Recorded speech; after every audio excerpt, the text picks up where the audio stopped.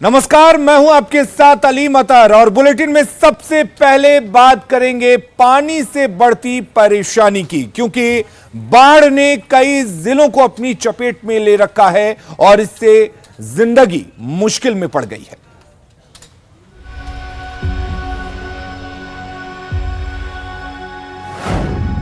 उफनाई नदियां, मंडराने लगा खतरा।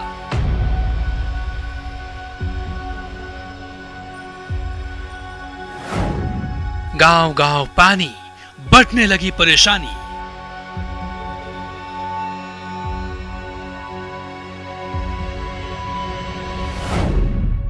किसानों की मेहनत पर फिरा पानी।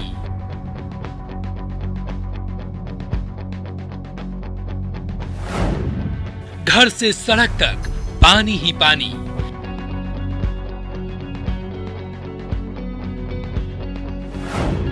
बाढ़ के पानी में डूबी जिंदगानी।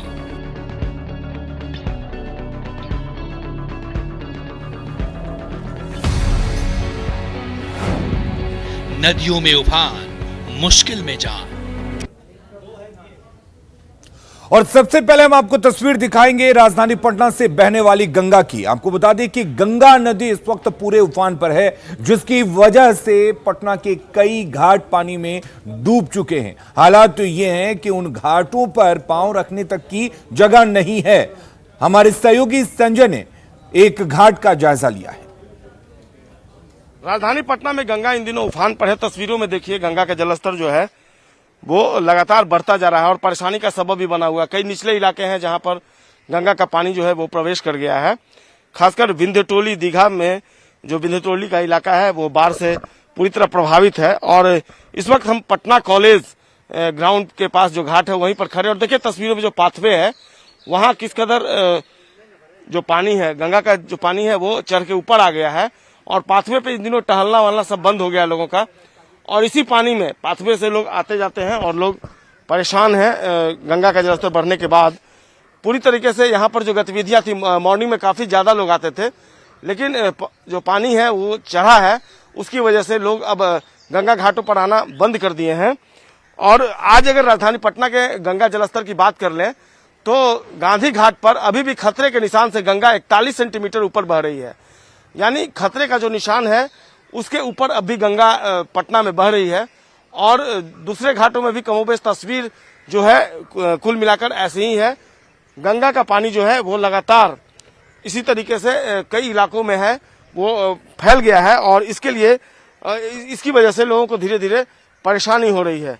एक तस्वीरों में देखिए आप गंगा को, किस कदर गंगा जो है वो लगातार अपना रूप जो है वो दिखा रही है। क्योंकि अभी तो पानी लबालब है तो इसमें नाला क्या है, कहाँ है, नदी कहाँ है, पता नहीं चल रहा है। लेकिन जब पानी घट जाता है तो उस समय नाला का, ये पटना के किनारे किनारे जो नाला का गंदगी और बदबू होता है कि यहाँ पे स्नान करने लायक रह नहीं जाता है। अभी फिलहाल बारिश में सब एकाकार हो गया है।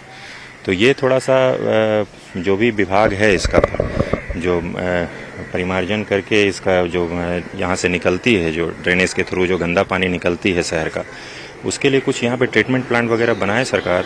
ये जो तस्वीर है ये बता रही है कि गंगा का जलस्तर जो है वो किस कदर बढ़ा है। हालांकि सुकून की बात है कि जो जलस्तर है धीरे धीरे उसमें कमी भी आई है और जो जल आयोग है उसकी जो जानकारी है उस पर यकीन करें तो हर घंटे 3 घंटे पर 1 सेंटीमीटर गंगा के जलस्तर में कमी आई है। और अगर हालात ऐसे ही रहे और बारिश भी नहीं हुई तो निश्चित तौर पर आने वाले दिनों में गंगा का जलस्तर धीरे धीरे कम होता जाएगा। कैमरा पर्सन अजय दुबे के साथ संजय कुमार। और वैशाली के गोरौल में न्यूज़ 18 की खबर का असर हुआ है। दरअसल जहां जहां से बाढ़ की तस्वीरें आ रही हैं, जहां जहां से तटबंध के टूटने की खबर आ रही है, न्यूज़ 18 उन खबरों को प्रमुखता से दिखाता है और उसके बाद विभाग जागता है। ऐसी ही तस्वीर वैशाली के गोरौल से न्यूज़ 18 ने दिखाई थी, जहां पर बाया नदी का तटबंध टूट जाने से इलाके में भारी तबाही की खबर दिखाई गई थी और इसके बाद जल संसाधन विभाग की नींद खुली और अब विभाग हुसैना पंचायत के करहरी में बाया नदी के टूटे बांध को मरम्मत करने में जुट गया है। विभाग के एक्शन में आने से लोगों ने राहत की सांस ली है। करहरी में बाया नदी का बांध टूटने से 10 से 15 गांव तबाह हुए हैं और लाखों की फसल का नुकसान भी पहुंचा है। तबाही की खबर दिखाने पर जल संसाधन विभाग एक्शन में आया। इसके लिए स्थानीय लोगों ने न्यूज 18 को धन्यवाद दिया है।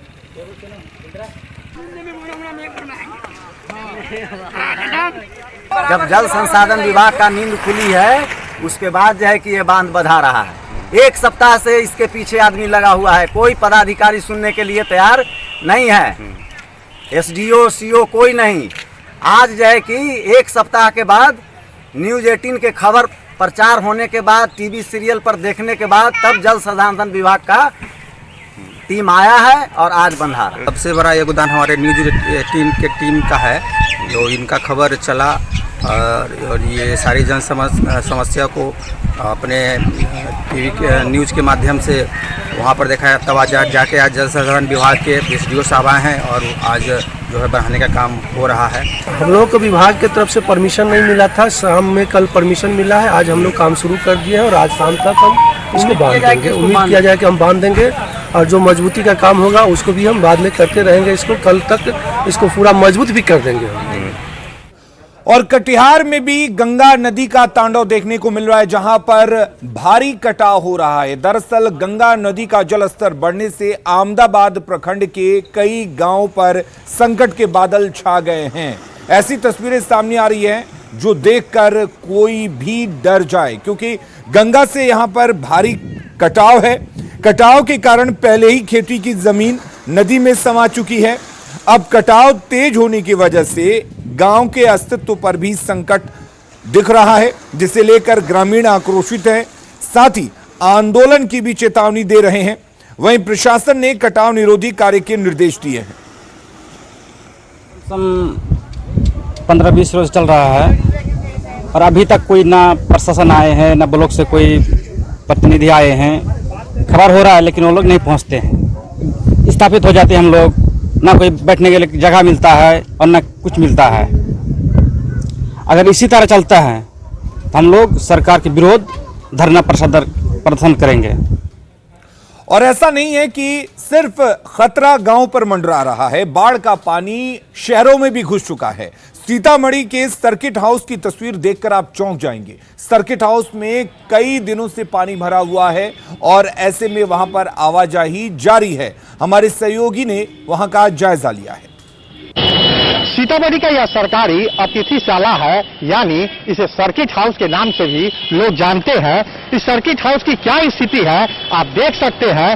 सर्किट हाउस पिछले 2 महीने से जल जमाव की समस्या झेल रहा है और मैं आपको बता दूं कि सर्किट हाउस में विधायक आते हैं रहने, यहाँ के सांसद आते हैं रहने, कई बार मंत्री आते हैं रहने, यहाँ तक कि मुख्यमंत्री नीतीश कुमार खुद इस सर्किट हाउस में कई दफे आकर यहाँ रात्रि प्रवास कर चुके हैं। लेकिन सर्किट हाउस की तस्वीर क्या है यह आप देखने से पता चलता है कि क्या किस हालत में यह सर्किट हाउस है। पिछले 2 महीने से इस सर्किट हाउस भयानक जल जमाव की त्रासदी झेल रहा है और सर्किट हाउस के जल निकासी के लिए पंपिंग सेट के जरिए यहाँ से जल निकासी की व्यवस्था होती है और उस पर अभी तक लाखों रुपए खर्च किए गए हैं, लेकिन जल निकासी की कोई व्यवस्था नहीं होने से इसकी स्थिति इतनी खराब होकर रह गई है कि प्रत्येक 3 दिनों के बाद यहाँ से जल निकासी पंप सेट के द्वारा किया जाता है, लेकिन फिर बारिश होती है और फिर से यहाँ पर जल का जो जल जमाव की स्थिति होती है वह भर जाता है।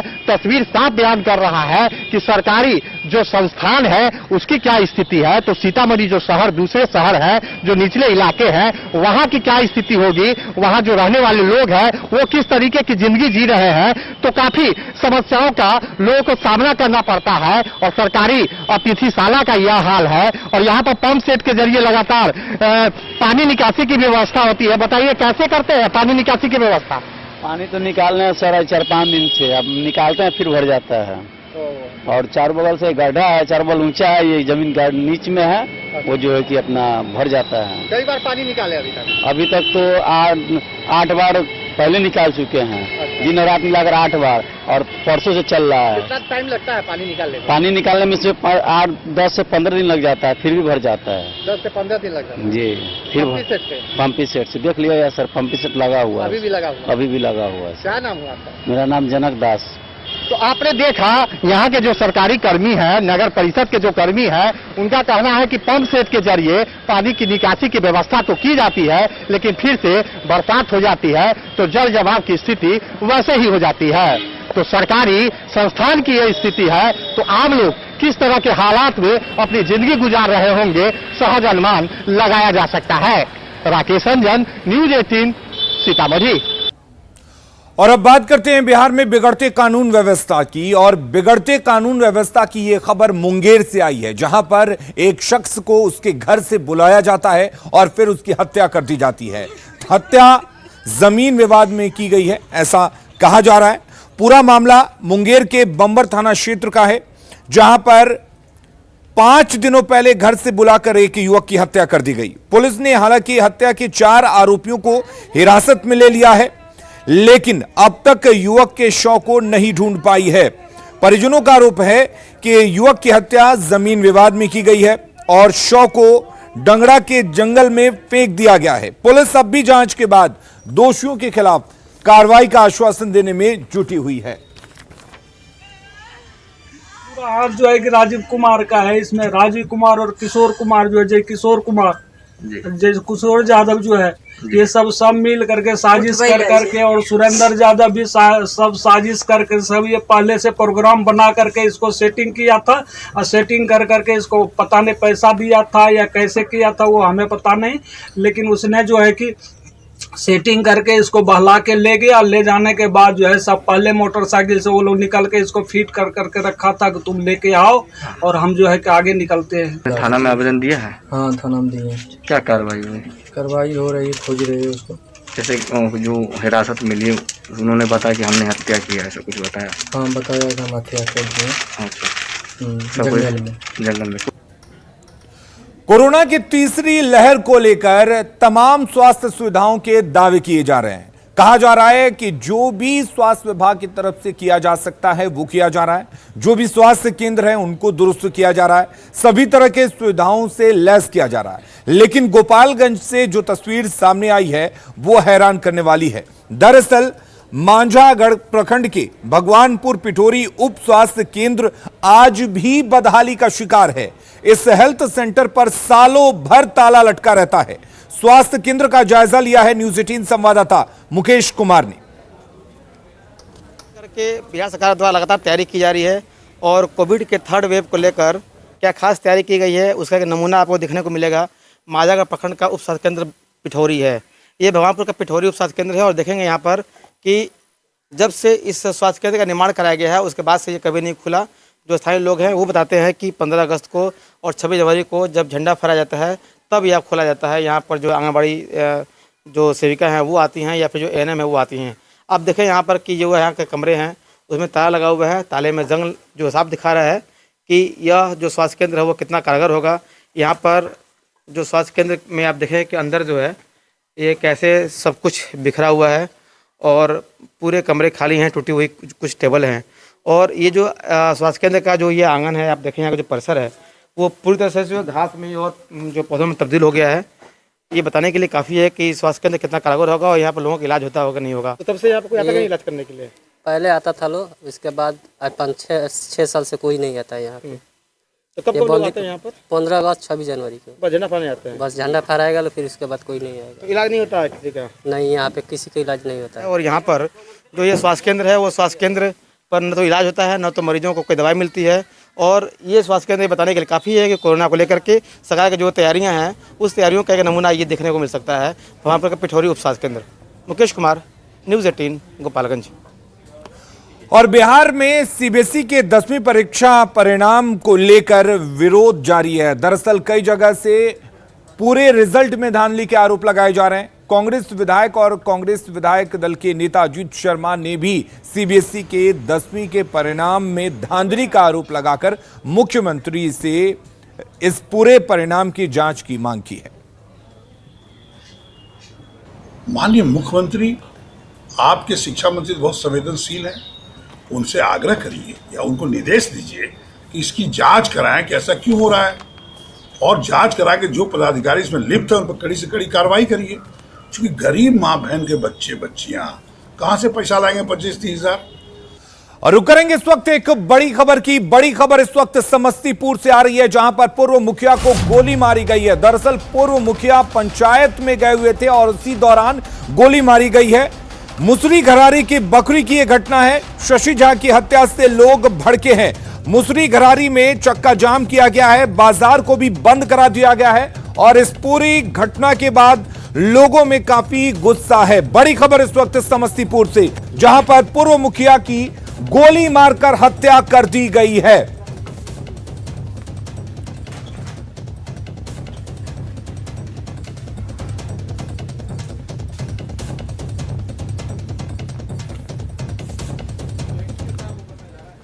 और अगली खबर सियासत से जुड़ी हुई। जेडीयू के संसदीय बोर्ड के अध्यक्ष उपेंद्र कुशवाहा ने शेखपुरा के बरुणा गांव में महादलित शिक्षक के परिजनों से मुलाकात की। शिक्षक की कोरोना से मौत हो गई थी।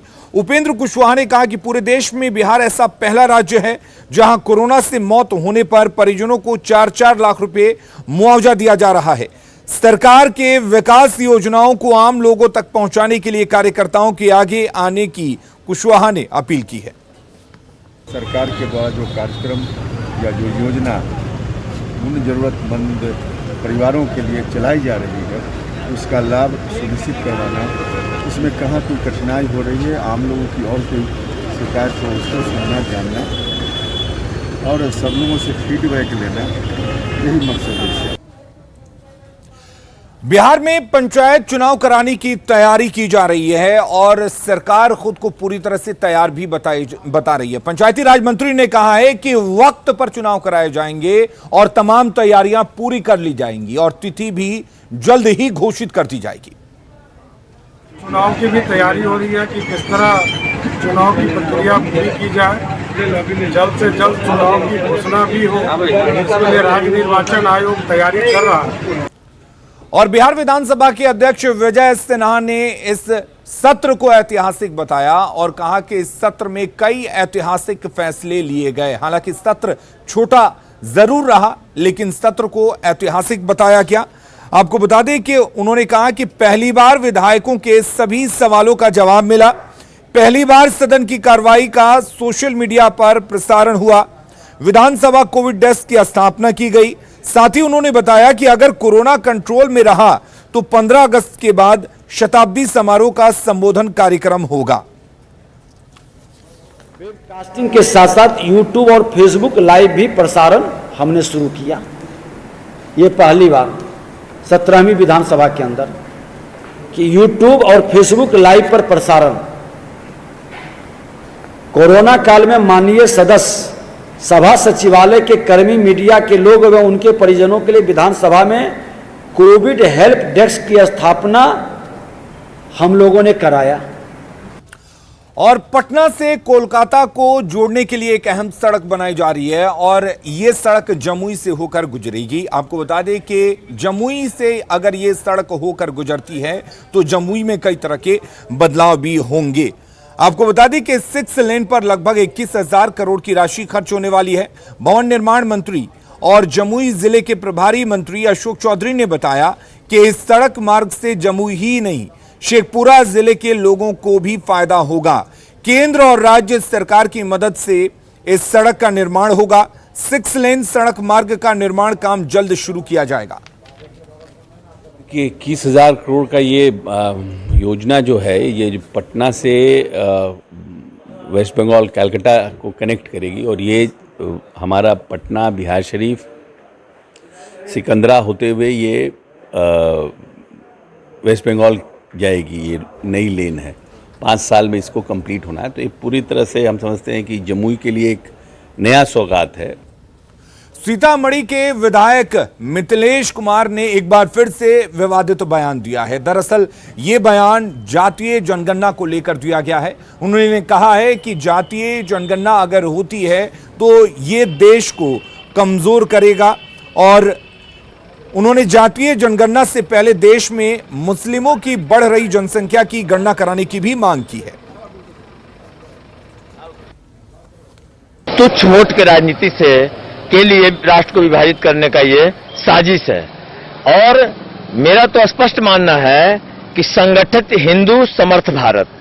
पूरा हिंदू संगठित रहेगा तो भारत समर्थ होगा। और अगर जनगणना कराना ही है तो पहले मुसलमान हिंदू का तो करा लो कि मुसलमान का कितना जनसंख्या दबाव बढ़ रहा है, आजादी से आज तक किस प्रतिशत में बढ़ा है, तो जातीय जनगणना क्या।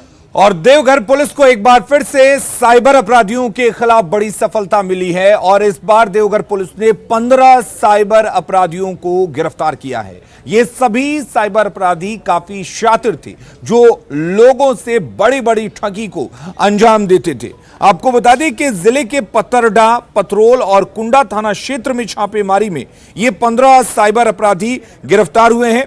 ये शातिर अपराधी ड्रीमवीवर और क्विक सपोर्ट जैसे सॉफ्टवेयर का इस्तेमाल कर लोगों के बैंक खाते में सेंध लगाते थे। इतना ही नहीं, फर्जी सिम का इस्तेमाल कर फर्जी बैंक अधिकारी बनकर फोन कर लोगों से ठगी भी करते थे।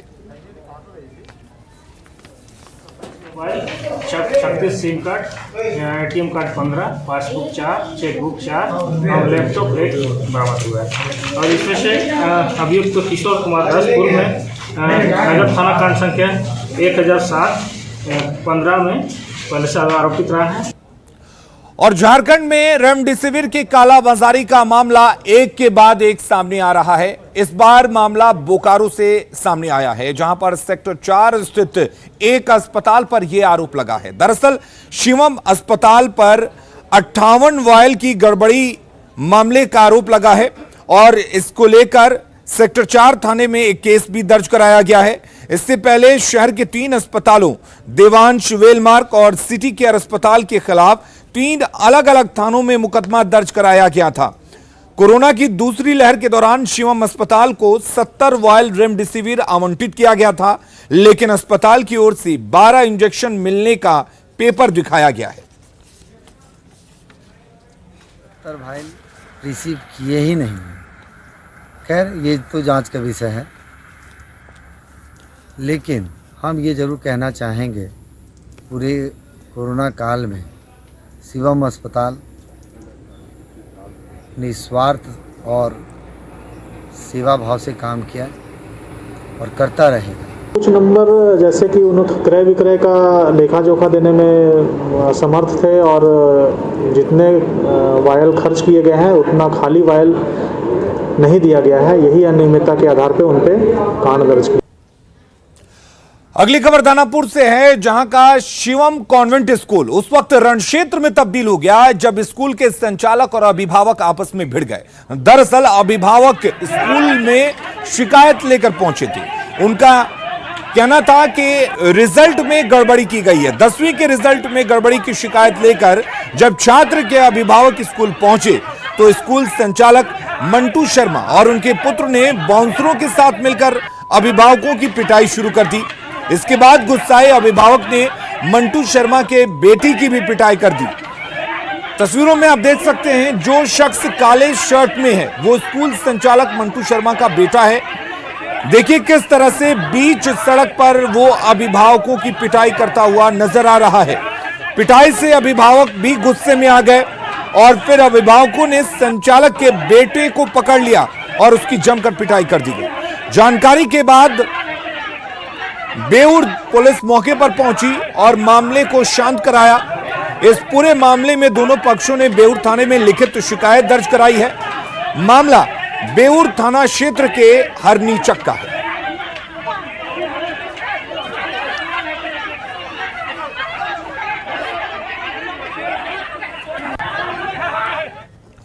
और न्यूज रूम से खबरों में फिलहाल के लिए इतना ही, लेकिन खबरें लगातार जारी हैं। आप बने रहिए न्यूज़ 18 बिहार झारखंड के साथ।